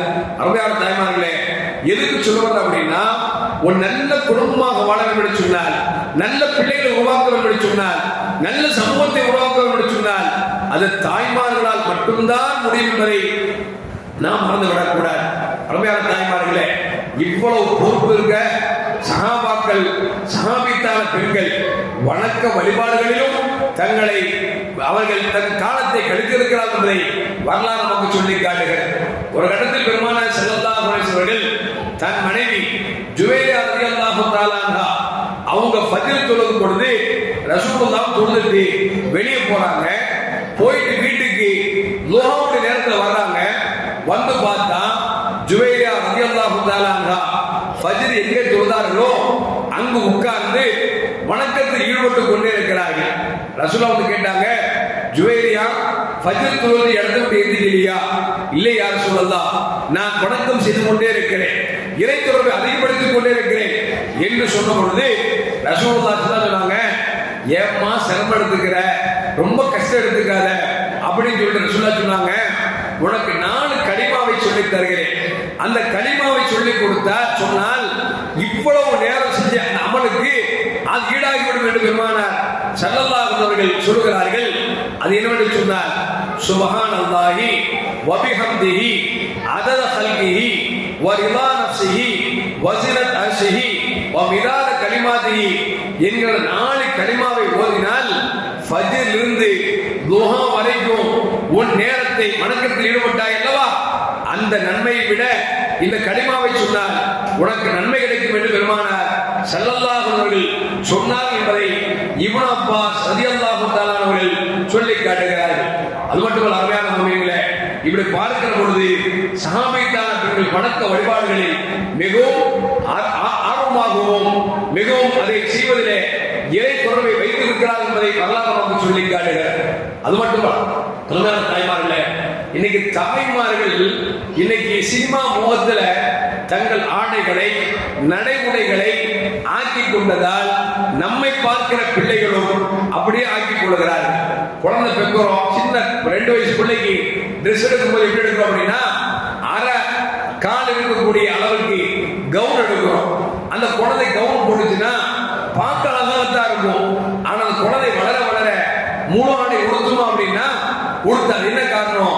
சின்ன வயசிலே நீங்க அரைகுறை ஆடைகளை உடுத்தி பழக்கப்பட்டவர்கள் அந்த குழந்தை பெரிய பிள்ளையான பிறகு முழு உடை உடுத்து சொன்னா உடுக்க மறுக்கிற காரணம் சொன்னால் தாய் அந்த ரசிகர்கள் இருக்கிறாங்க, தாயும் அப்படித்தான் இருக்கிறார். நீங்க பாத்தீங்கன்னா நிறைய பெண்கள் முர்கா போடுவாங்க, ரோட்ல போக பாருங்க தலை திறந்து கிடக்கும், முர்கா போட்டிருப்பாங்க தலை திறந்து இருக்கும். என்னன்னு கேட்டா அது ஒரு ஃபேஷன், அது ஒரு ஸ்டைல். அது இப்போ முர்கா வந்திருக்கு, எப்படி இருக்கிறீங்க அப்படி டைட்டா எப்படி சுடிதார் போட்டா இருக்குமோ அந்த மாதிரி கரெக்டா ஃபிட்டிங்கா அதை பார்த்தாவே பெண்களை திரும்ப திரும்ப பார்க்க வேண்டிய ஒரு உந்துதலுக்கு தள்ளக்கூடிய அளவிற்கு எதை பாதுகாக்க வேண்டுமோ அந்த பாதுகாப்பு கவசமே இன்றைக்கு ஆபாசமாக இருக்கக்கூடிய சூழலுக்கு தள்ளப்பட்டு கொண்டிருக்கிறோம். அருமையான தாய்மார்களே, ரோட்ல போறது புர்கா போறது பெருசு இல்லைங்க, தலையை மறைக்கும். ஏன்னா கண்மணி முஹம்மது ரசூலுல்லாஹி ஸல்லல்லாஹு அலைஹி அவர்கள் ஹிரா மலைக்குகையில இருக்கிற பொழுது தவம் இருக்கிற பொழுது ஜிப்ரீல் அலைஹிஸ்ஸலாம் வந்த உடனே பெருமானார் ஸல்லல்லாஹு பார்த்து பயந்துட்டார். எந்த அளவுக்குன்னா நபியை கட்டிப்பிடித்து இக்ரா ஓதுங்கள் என்று சொன்ன பொழுது நபிகள் நாயகம் ஸல்லல்லாஹு அலைஹி 3 தடவை மாநபி காரி நான் ஓதக்கூடிய நிலையில் இல்லை இல்லை என்று சொல்ல அதற்கு 3வது தடவை இறுக்கி பிடித்து இக்ரா பிஸ்மி ரப்பிக்கல் என்று சொல்கிற பொழுது பெருமானார் ஸல்லல்லாஹு அலைஹி வஸல்லத்தை எல்லாம் ஓதினார் என்பது ஒரு நீண்ட வரலாறு.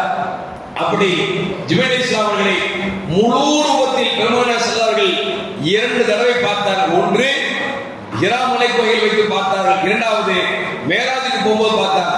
அவரோட முழு தோட்டம் இருக்கிறது 7வது பூமிக்கு கீழ் கால் இருந்தது சொன்னால் அவர்கள் தலை வானத்தை கொண்டு இருக்கும்.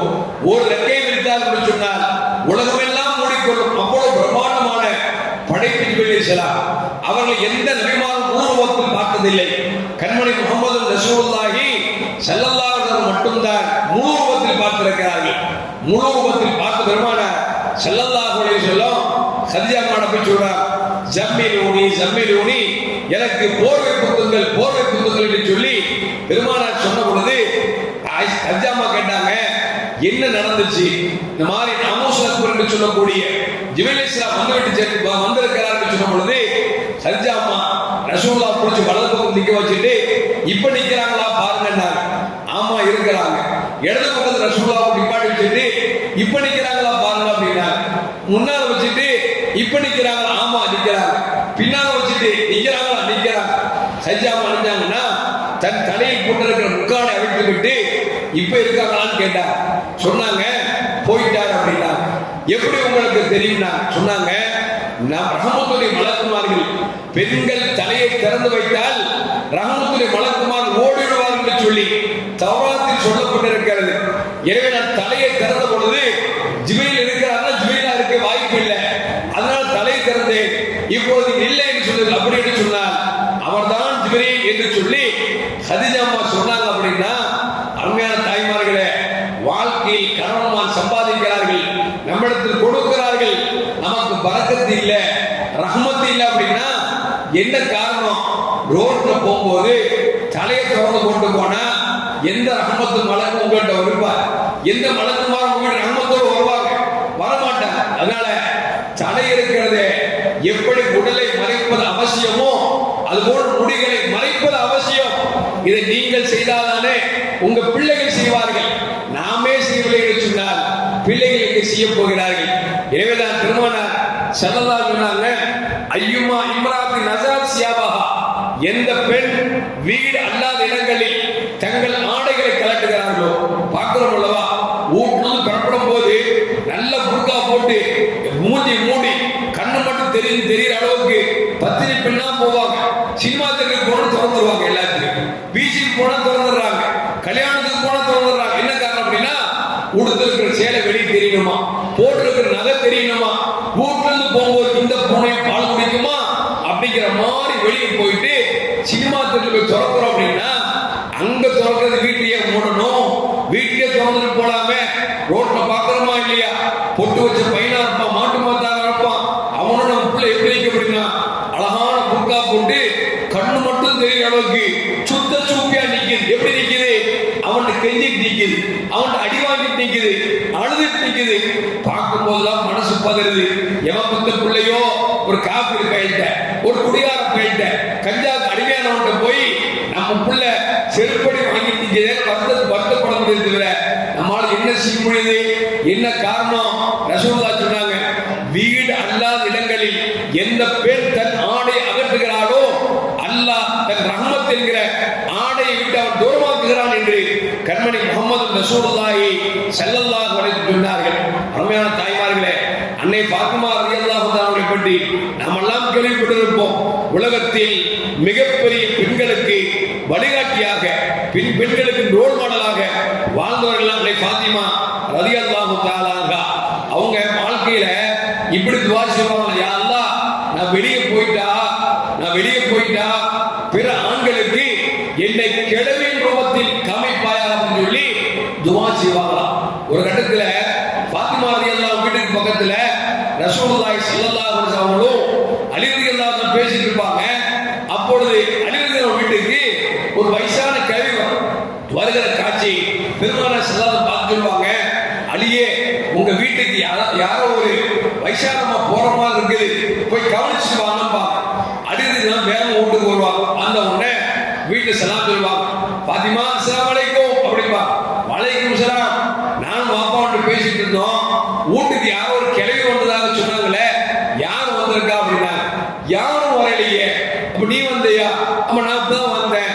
அப்படின்னா வயசான காலத்து தோட்டத்துல ரசூலுல்லாஹ்வுக்கு தெரிஞ்சிருக்க அப்படின்னு. அப்பதான் அம்மா சொன்னாங்களா, யார சொன்னாங்க, யாரெல்லாம் நான் வெளியே சென்றால் பிறரின் கண்களுக்கு என்னை வயோதிகமான தோற்றத்தில் அமைப்பா என்று துவா செஞ்சிருக்கேன், அதனால ஒருவேளை அப்படி தெரிஞ்சிருக்கலாம் என்று அன்னை ஃபாத்திமா ரலியல்லாஹு அன்ஹா சொன்னாங்களாம். ஆனா இன்னைக்கு நம்ம வீட்டு கிளவியை போய் பாட்டின்னு சொல்லுங்களேன், யாரை பத்தி பாட்டின்ன அப்படின்னு நம்ம சண்டைக்கு வருது. ஏன்னா அந்த பாட்டிக்கு பியூட்டியா ஆசைப்படுது. நம்ம பாட்டி எல்லாம் சுடிதார் போட்டு பியூட்டியா காமிக்குது. எந்த அளவுக்குன்னா சுடிதார் போட்டு போகுது, பின்னால் ஆம்பளை வேகமா வரட்டுறான். ஆகா, ஒரு 18 வயசு இருக்கும் போல தெரியுது, ஒரு 25 வயசு போல இருக்கும். முன்னால பார்த்தா சதையெல்லாம் கிளவியா துரத்திட்டோம் அப்படின்னு நினைக்கிறவங்களுக்கு ஆடை அலங்காரங்கள் இன்றைக்கு வயசுக்குள்ள மாதிரி நாக்கு கொண்டு வந்து அல்லாஹ் காப்பாற்றும். எதுக்கு சொல்லுவார் அப்படின்னா, நாம் எப்படி இருக்கிறோமோ அப்படித்தான் பிள்ளைகள் இருப்பார். சொல்லுவார்களா, நூலை போலத்தான் சேலை இருக்கும், தாயை போலத்தான் பிள்ளை இருக்கும். பிள்ளையின் நடத்தை சரியில்லை என்று சொன்னார், பிள்ளைகளுக்கு நல்ல குணங்கள் இல்லை என்று சொன்னால் பெற்றோரத்தில் இல்லை என்பது இந்த மாற்று கருத்தும் அல்ல. எனவேதான் சொல்லுவாங்க, தாய்மார்களே, குழந்தைகள் களிமண்ணுக்கு சமானவர்கள். களிமண்ணை எடுத்து எப்படி உருட்டுகிறோம் அப்படி உருட்டுறார். பானையாக செய்ய வேண்டுமா, பானையாக உருவாக்கலாம். அதை பக்கெட்டாக செய்ய வேண்டுமா, பக்கெட்டாக உருவாக்கலாம். உண்டியலாக உருவாக்க வேண்டுமா, உண்டியலாக உருவாக்கலாம். அந்த களிமண் என்பது குழந்தையும் களிமண் ஒன்று. அந்த கொசவன் கையில் கிடைத்த அந்த களிமண்ணை அவன் எப்படி உருட்டுகிறானோ அது போன்ற குழந்தைகள் உருவாக்குகிறார்கள். தாய்மார்களே, உங்களுக்கு கொடுக்கப்பட்ட குழந்தை இன்ஜினியராக ஆக்கலாம், நல்ல குணப்படுத்தவனாக ஆக்கலாம், வல்லவனாக நல்லவனாக ஆக்கலாம். நீங்கள் கண்டுகொள்ளவில்லை என்று சொன்னால் அந்த குழந்தைகள் திறனாக ஆகலாம், உங்களை கொலை செய்யக்கூடிய கொலைகாரனாக மாறலாம் என்பதில் எந்த மாற்று கருத்தும் அல்ல என்பதை மறந்துவிடக் கூடாது. அன்னை பாத்திமா ரலியல்லாஹு தஆலா அன்ஹா ஒரு நாள் வீட்டில் இருந்து கொண்டிருக்கிறார்கள். ஒரு பெண்மணியின் ஜனாதாவை பாடையில் வைத்து கொண்டு போகப்படுகிறது. அந்த ஜனாதாவை பார்க்கிறார்கள், அது பெண் என்று தெரிகிறது. அன்னை பாத்திமா ரலியல்லாஹு தஆலா அன்ஹா என்ன செய்யறாங்க சொன்னால், அஸ்மா ரலியல்லாஹு அன்ஹா சொல்றாங்க, நானும் மூத்தா போயிட்டா என்னை இப்படிதான் விடுவார்களோ, எல்லா ஆண்களும் பார்ப்பார்களோ, எனக்கு இதை நினைத்தால் பயமாக இருக்கிறது என்று சொல்லி மரணத்திற்கு பின்னால் நடக்கக்கூடிய செய்தியை நினைத்து வருத்தப்படுகிறார்கள். அப்பொழுதுதான் அஸ்மா சொன்னாங்களா, கவலைப்படாதீங்க, கவலைப்படாதீர்கள் என்று சொன்னார். ஹபஷாவில் ஒரு பழக்கம் இருக்கிறது. என்னோட சொன்னால் அவங்க பெட்டி மாதிரி செஞ்சு அதுக்குள்ள மையத்தை வைத்து தூக்கி கொண்டு செல்கிறார்கள். அதுபோடு உங்களுக்கு ஏற்பாடு செய்யலாம் என்று சொல்லி முதலாக இன்றைக்கு மையத்தை ஜனாதாவின் பெட்டியில் வைத்து மேலே துணியை போட்டு மூடிக்கொண்டு எடுத்து சொல்கிறோமே, இது அன்னை பாத்திமா ரலியல்லாஹு அன்ஹா அவர்களுடைய வருத்தத்திற்கும் அவர்கள் பட்ட கவலைக்கும் கிடைத்த மிகப்பெரிய பாக்கியம் விளங்கிக் கொள்ள வேண்டும். மரணத்திற்கு பின்னால் தன்னை பார்ப்பார்கள் என்று சொல்லி நினைத்த பெண்கள் எங்கே? மௌத்தா போன்ற கட்டத்தில் இருக்கக்கூடிய பெண்கள் இன்னைக்கு நம்ம எல்லோரும் அழகா இருக்கணும்னு ஆசைப்படுகிறார்கள் சொன்னால் நம் பெண்கள் எங்கே? அல்லாஹ் காப்பாற்ற வேண்டும். அருமையான தாய்மார்களே, அது மட்டுமல்ல, வாழ்க்கையை நாம் அல்லாஹ் ரசூலுக்கு பிடித்தமான வாழ்க்கையாக மாற்றி அமைக்க வேண்டும். ஆனா இன்னைக்கு பார்த்தோம்னா முந்தான ஒரு செய்தி என்ன அப்படின்னா, நம்மகிட்ட ஒரு ஆள் வர்ற, அதற்கு உங்க பேச்சை கேட்காம போயிட்டேன் அப்படின்னா, என்னப்பா அப்படின்னா, ஒன்னுல பொண்ணு பார்க்கும்போது உங்கள்ட்ட வார்த்தை சொல்லியிருக்கணும், சொல்லல, கல்யாணத்தும் கூப்பிடல. ஆனா இப்போ வந்து கிட்டத்தட்ட வாழ்ந்து 10 வருஷம் ஆச்சு. அவ எப்போதும் வீட்டுல பீரோ பூட்டி வைப்பா. ஒரு நாள் பீரோ திறந்து கொண்டு போயிட்டா. நான் போய் பார்க்கிறேன், பீரோ திறந்து இருக்க, என்னது ஆச்சரியமா இருக்க, ஏன் திறந்து போட்டிருக்கான்னு சொல்லி போய் பார்த்தா பீரோக்குள்ள அங்க பார்த்தா உள்ள பைபிள் இருக்கு. யார் வீட்டுலங்க? முஸ்லீம் வீட்டுல. யார் பிடிக்கிறா? இவன் பொண்டாட்டி. யார் என்ன புகார் சொன்னானே அவன் பொண்டாட்டி பைபிள் படிக்கிறா. உள்ள அந்த எங்க ருச்சத மாலையா மாட்டாள வச்சிருக்க மாதிரி கிறிஸ்டியன் தஸ்மி வச்சிருக்கிறான். அந்த மாலை இருக்குது, ஜீசஸ் போட்டோ இருக்குது, எல்லாத்தையும் போட்டோ எடுத்துட்டா. சரி, பொண்டாட்டி எப்படி கேட்கறது? சண்டைக்கு வந்துருவாள. இன்னைக்கு அப்படித்தான் வாயை திறந்தாவே பிரச்சனையா இருக்குது, எதையும் சொல்ல முடியல. முன்னால ஆம்பளைக்கு பொம்பளை பயந்த காலம் போய் இன்னைக்கு ஆம்பளை தான் பொம்பளைக்கு பயப்படக்கூடிய காலம் இன்னைக்கு ஆகி போச்சு.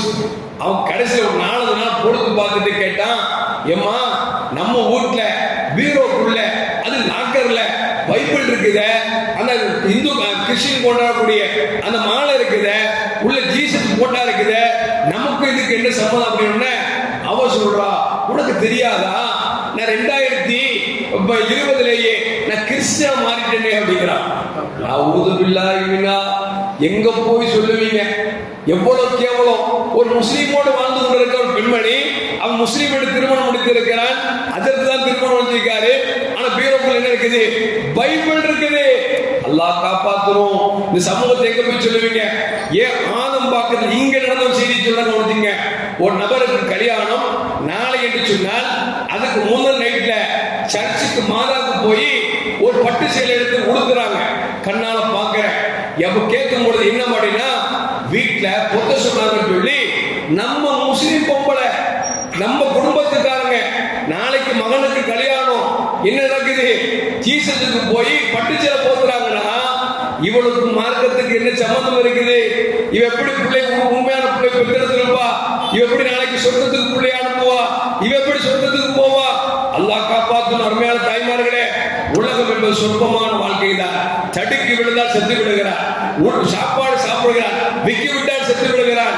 இப்படி ஒரு அற்பமான வாழ்க்கையிலே அற்புதமான மார்க்கத்தை நாம் இழந்து கொண்டிருக்கிறோம் என்று சொன்னால், தாய்மார்களே கொஞ்சம் கவனமாக இருங்கள். நமக்கு 1000 கஷ்டம் வரலாம், நஷ்டங்கள் வரலாம், கட்டிய கணவன் சரியில்லாமல் இருக்கலாம், பெற்றெடுத்த பிள்ளைகள் சரியில்லாமல் இருக்கலாம். ஈமானை ஒருபோதும் இழந்துவிடக் கூடாது. ஏனென்று சொன்னால் ஈமான் உலகத்திலே கிடைக்கப்பெறாத மிகப்பெரிய பொக்கிஷம். சாதாரண சில்லறைக்காக நாம் நம்முடைய எண்ணங்கள் நிறைவேறுவதற்காக மாட்டு மதத்தாருடைய வணக்க ஸ்தலத்தில் போய் நிற்பதோ அல்லது மாட்டு மதத்தால் வணங்கக்கூடிய சாமிகளுக்கு கொண்டு நாம் படைப்பதோ இது நம் மார்க்கம் கற்றுத்தரவில்லை என்று என்று சொன்னால் இறைவன் எல்லாவற்றையும் மன்னிப்பான். இறைவனுக்கு மாறு செய்வதை, இறைவனுக்கு சிறுக்கு செய்வதை இறைவன் ஒருபோதும் மன்னிக்க மாட்டான் என்று சொன்னால், அருமையான தாய்மார்களே, முஸ்லீமாக இருந்து கொண்டு உள்ளத்திலே மாற்றானுடைய சிலைகளை உள்ளத்தில் வைத்துக் கொண்டிருக்கிறோம் என்று சொன்னால், மாற்றால் வணங்கக்கூடிய தெய்வங்களை உள்ளே வைத்துக் கொண்டது என்று சொன்னால், நம் சமூகம் எப்படி சீர்வரும் என்பதை யோசித்து பார்க்க வேண்டும். அருமையான தாய்மார்களே, மாசித்தா என்று சொல்லக்கூடிய ஃபிரௌனுக்கு பணிவிடை செய்த ஒரு பெண்மணி, அந்த ஃபிரௌனுடைய மகளுக்கு அந்த பெண்மணி தலையை சீவி கொண்டிருக்கிற பொழுது சீப்பு கீழே விழுந்து விட்டது. விழுந்த சீப்பு எடுக்கிற பொழுது பிஸ்மில்லாஹிர் ரஹ்மானிர் ரஹீம் என்று சொல்லி அந்த பெண் சீப்பை எடுத்தார். இதை கேட்டுவிட்டு அந்த ஃபிரௌனின் மகள் சொன்னால், பிஸ்மில்லாவா, அந்த அல்லாஹ் யார் என்று கேட்கிற பொழுது என் தந்தையா என்று கேட்கிறார். உன் தந்தையும் என்னையும் உன்னை படைத்த இறைவன் அல்லாஹ் இருக்கிறார் என்று சொன்ன பொழுது, என் தந்தை அல்லாதவரை நீ இறைவன் என்று சொல்கிறாயா, என் தந்தை மட்டும் சொல்லிக் கொடுக்கிறேன் என்று சொல்லி ஃபிரௌனுக்கு சொல்லப்பட்ட பொழுது ஃபிரௌன் சொன்னார், என்னைத்தானே எல்லோரும் உலகத்தில் எல்லோரும் கடவுளாக சொல்லிக் கொண்டிருக்கிறார்கள், நீ என்ன என் அல்லாத கடவுளை கடவுளாக சொல்கிறாயா, அதை விட்டுவிடு என்று சொல்கிற பொழுது நான் விடமாட்டேன் என்று சொன்ன பொழுது அவன் சொல்லுகிறான், விடவில்லை என்று சொன்னார், உன் பிள்ளையை நான் செம்பு சட்டியிலே கொதிக்கும் எண்ணெயிலே உள்ளே போட்டு வறுத்தெடுப்பேன் என்று சொல்லி தாய்க்கு முன்னால் குழந்தையை போட்டு வறுத்தெடுக்கிறான். அந்த பெண்மணியும் உள்ளே போட போகிற பொழுது அந்த தாய் சொன்னா, ஃபிரௌனே, நான் ஒரே ஒரு சின்ன வார்த்தை ரெக்வெஸ்ட் கேட்டுக்கொள்கிறேன் என்று சொன்னால், எண்ணெயில் போட்டு பொறித்தெடு, ஆனால் உரியும் போன எங்கள் உடம்பை எலும்பை ஒரே துணியில் பொருத்தமாக சேர்த்து அடைக்கிவிடு என்று சொல்லி சொன்ன பொழுது ஃபிரௌன் கடைசி வார்த்தை மதித்து 2 பேர்களையும் எண்ணெய் சட்டியில் போட்டு வறுத்தெடுத்து அவர்களை கருவாடாக ஆக்கி ஒரு துணியில் கட்டி ஒரு இடத்தில் அடைக்கி விட்டார். கண்மணி முஹம்மது ரசூலுல்லாஹி ஸல்லல்லாஹு அலைஹி வஸல்லம் பல ஆயிரம் வருடத்திற்கு வந்த பிறகு வந்த பெருமானார் ஸல்லல்லாஹு மேராஜுக்கு போகிற பொழுது ஒரு இடத்தை கடக்கிறார்கள். ஒரு நறுமணம் வீசுகிறது. பெருமானார் கேட்டார், ஜிப்ரீலே, இங்க என்ன ஒரு நறுமணம் வருகிறது என்று கேட்டார்கள். ஜிப்ரீல் அலைஹிஸ்ஸலாம் சொன்னார்கள், உங்களுக்கு தெரியாதா, இங்கே மாசித்தா அடங்கப்பட்டிருக்கிறார். மாசித்தாவா யார் என்று பெருமானார் கேட்கிறார்கள். ஃபிரௌன் பணியாளி, அவன் அல்லாஹ்வை அல்லாஹ்வை ஏற்றுக்கொண்டதால் அவளையும் அவள் ஈண்டெடுத்த குழந்தையும் எண்ணெயில் பொறித்தெடுத்து சாகடித்து கருவாடாக அடக்கப்பட்ட இந்த இடம், அந்த இடத்திலே நறுமணம் வீசுகிறது என்று ஜிப்ரீல் அலைஹிஸ்ஸலாம் பெருமானார் ஸல்லல்லாஹு அலைஹி வஸல்லம் சொல்லிக் கொடுத்தார் என்று சொன்னால், அருமையான தாய்மார்களே, உலகத்தில் 1000 கஷ்டம் வரலாம், நஷ்டம் ஏற்படலாம், நாம் கொண்டிருக்கிற ஈமானை இழந்து விட்டோம் என்று சொன்னால் இந்த உலகத்திலும் நாட்டமடிக்க ஆரம்பித்துவோம், நாளை மறுமையில் மாறிப் போகிறோம் என்பதை மனதில் வைத்துக் கொண்டு எக்காரணத்தை கொண்டும் ஈமானை இழக்கக்கூடிய சூழலுக்கு நாம் தள்ளப்படக்கூடாது.